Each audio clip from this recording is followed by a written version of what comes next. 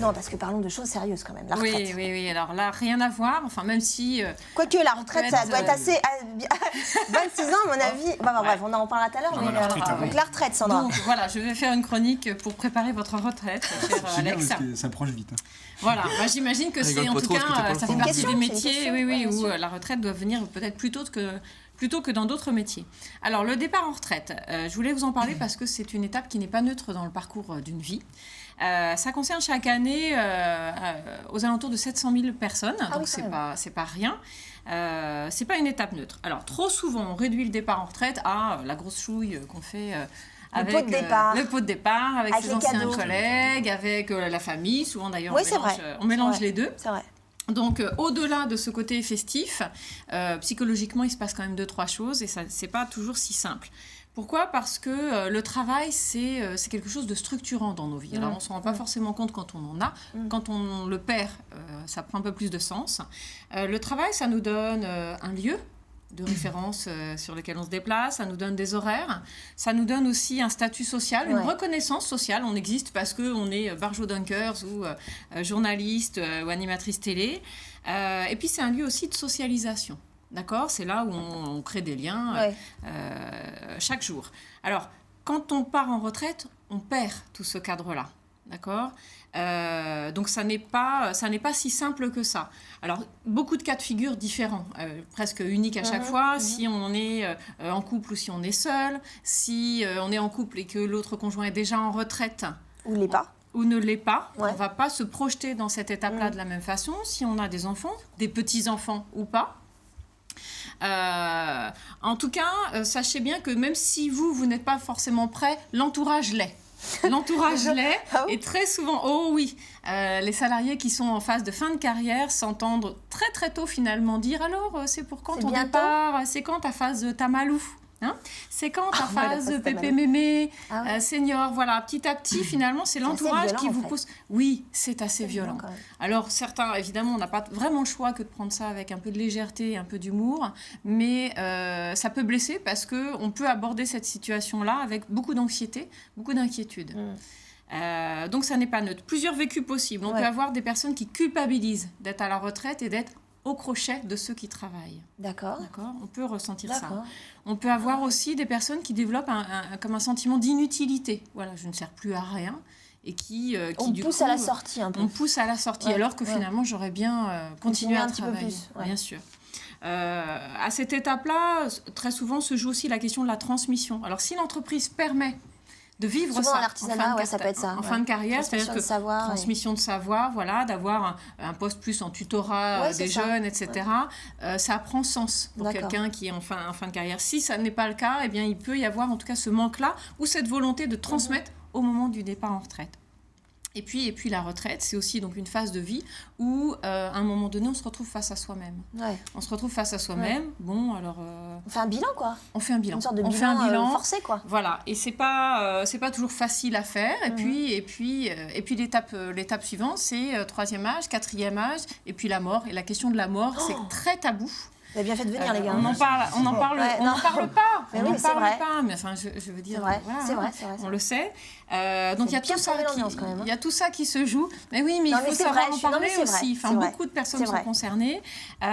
Donc, je vais vous donner 2-3 trucs pour bien vivre. Voilà, tout à l'heure, je vous donnerai 2-3 conseils pour bien vivre les choses, puisqu'il n'est pas politiquement correct de dire que je suis triste de partir en retraite. Ça ne se dit pas. Aujourd'hui, il faut être heureux quand on part en retraite. Bien sûr, super, c'est l'acquis, la chance, le loisir. On a une vision comme ça très, très positive, alors que pour les personnes qui sont concernées, ça peut être mal vécu, parce que mal préparé. Donc, on verra ça dans la 2-3 conseils pour bien préparer cette étape-là. Très bien.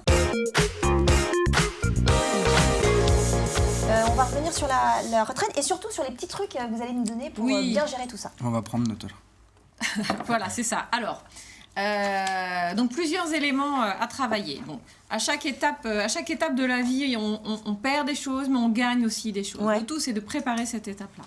Alors d'abord, ce qui est important, c'est de s'interroger sur le lieu de vie. D'accord.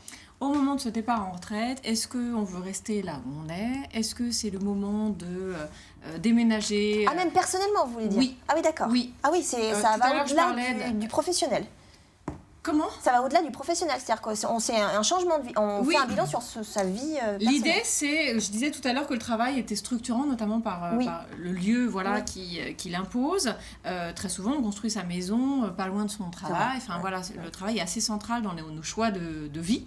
Là, le travail disparaissant, eh bien, tout est possible. C'est ce qui est aussi intéressant d'ailleurs. Ouais. Et donc, c'est l'occasion souvent de réaliser son rêve, d'aller vivre sur la côte, de se rapprocher des enfants, d'aller, pourquoi pas, à l'étranger. En tout cas, s'interroger sur son lieu de vie et y réfléchir. Alors, quand on est en couple, c'est bien d'y réfléchir à deux. Ce qui n'est pas toujours facile parce qu'on peut avoir des projets de vie de cette étape-là qui diffèrent. Donc, il faut prendre le temps d'en discuter. Et en tout cas, c'est important d'en discuter et de ne pas rester seul face à ça. Donc, s'interroger sur son lieu de vie. Un deuxième élément qui est vraiment crucial, c'est tout ce qui est en relation avec la gestion du temps. Le travail structure le temps, organise nos journées. À la retraite, tout d'un coup, tout est possible. On peut passer beaucoup plus de temps à faire une tâche ou on peut remplir son agenda de plein de choses. Le tout, c'est de, là aussi, s'interroger et structurer un minimum sa journée. Mais est-ce qu'il faut être sur le même timing, entre guillemets, que son temps par exemple, si j'adhère à une association, est-ce que je dois être sur le même timing que j'avais quand je travaillais c'est à très... 8h, 17h, enfin voilà, c'est très... Alors c'est très personnel, c'est avoir en tout cas, le tout c'est de ne pas se dire « Ah bah tiens, j'ai le temps pour tout ».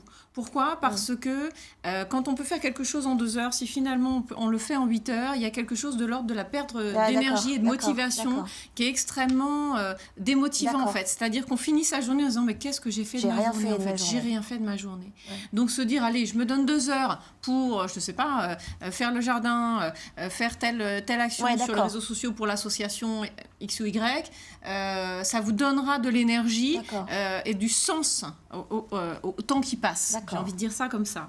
Un troisième élément, c'est aussi de faire des projets, se projeter sur l'avenir. Alors, moi, je vous invite, par exemple, à lister l'ensemble des activités extra-professionnelles que vous avez pu réaliser tout au long de votre parcours.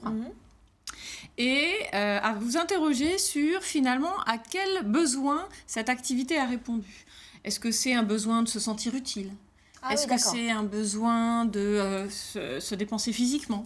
Est-ce que c'est un besoin de transmettre, de rigoler ? Voilà. Partir de nos besoins pour derrière se projeter dans la retraite avec cette idée de satisfaire nos besoins. D'accord. Et on va faire le choix de notre implication dans différentes associations ou pas, d'ailleurs, ou dans notre vie familiale, par exemple, en fonction de nos besoins. D'accord. Ça n'est pas forcément mal vu ou une mauvaise chose, par exemple, d'avoir des gens qui disent « Mais moi, je n'ai pas forcément besoin de, je sais pas moi, passer plus de temps avec ma famille. » On peut avoir, par exemple, des enfants qui disent « Allez, tu vas être en retraite, si tu pouvais gérer un petit peu les enfants à la sortie de l'école. » Les petits-enfants. Voilà, exactement. Les retraités sont bouqués. Ils sont très vite happés par ça. Alors, à certains grands-parents, ça leur correspond bien. Et pas d'autres. Pour d'autres, non. Non pas qu'ils n'aiment pas leurs petits-enfants, mais en tout cas, ça ne prend pas forcément autant de sens pour eux dans leur vie. Donc, accepter aussi ça en tant qu'enfant ou petits-enfants, de ne pas remplir l'agenda de nos parents ou nos grands-parents à leur place, en fait. C'est ça. T'as rien à faire, donc tu peux faire ça. Peut bien le faire et ne pas juger trop vite parce que, comme je disais tout à l'heure, il se passe quand même deux, trois choses. Donc, s'interroger sur ses besoins et mettre en place des éléments pour satisfaire ses besoins qui peuvent être, je vous dis, de transmettre un savoir, transmettre, je ne sais pas, moi, son patrimoine, transmettre tout ce que vous voulez, aider son prochain, soutenir sa famille, comme je viens d'évoquer, créer, par exemple. Ça peut être l'occasion de s'investir et de laisser parler son talent. Tout ça, c'est très intime. Moi, je vous donne des généralités, c'est très intime. C'est pas parce que c'est intime qu'il faut le garder pour soi. Moi, je vous invite à en parler autour de vous. Parlez-en à vos conjoints, parlez-en à vos amis. À vos voisins. C'est toujours intéressant et on s'enrichit de ne pas s'enfermer, rester seul face à toutes ces questions. C'est des questions qu'on peut se poser aussi en bilan vers la 40-45 ans, aussi professionnellement aussi. Je vous en prie, Adèle. Je vous écoute. Non, mais une émission n'y suffira pas de toute façon. Il faudra au moins une semaine de grande émission. Bref.